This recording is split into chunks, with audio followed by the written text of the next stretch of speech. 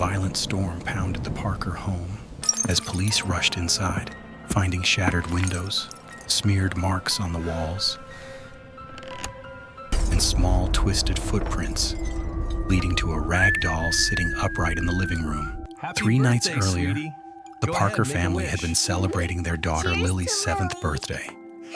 When an unmarked box arrived, and later that night Lily opened it alone to discover the doll, worn floral dress, Annabelle, whose presence made the lights flicker and the air in the house drop so cold, breath.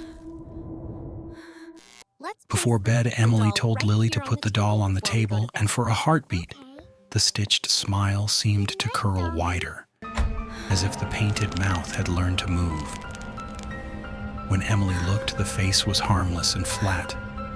Later that night, there was a soft tapping, then the sound of tiny footsteps. Annabelle was no longer on the table, but standing at the foot of Lily's bed, head tilted, whispering Lily's name with a voice like a child, speaking through a rusted grate. By morning, deep claw marks had been gouged into the bedroom wall, a sigil carved into the plaster above the words, "Let me in," written in something dark. And Parker, terrified, chained the cloth doll inside a heavy chest and shoved it into the attic, only to hear the chest shudder minutes later, as if something inside was trying to crawl out, and then the chain snapped by itself with the sound of fabric tearing. Desperate, Parker set up cameras. At exactly 3:12 a.m., one feed captured a tall, wrong creature crawling along the ceiling with Annabelle clutched to its back like a parasite, the doll's yarn hair hanging limp as the figure whispered, "She is mine," and the feed cut. On the third night, Lily changed. Her voice dropped.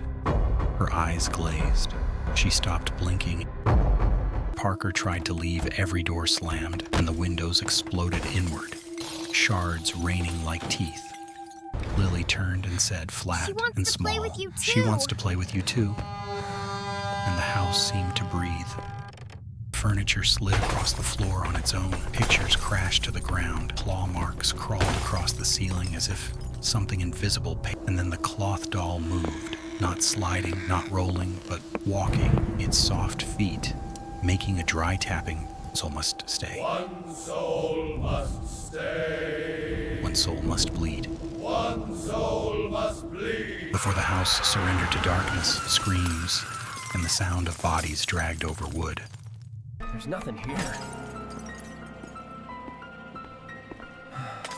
They must have cleared the place out last night. Only Annabelle sitting upright by the family photo with every eye scratched out and a final message gouged into the wall. She took us.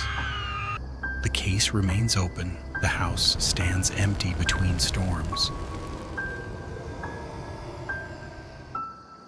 A soft tap of fabric feet crossing the floor and a child's whisper from the hallway. I'm still here.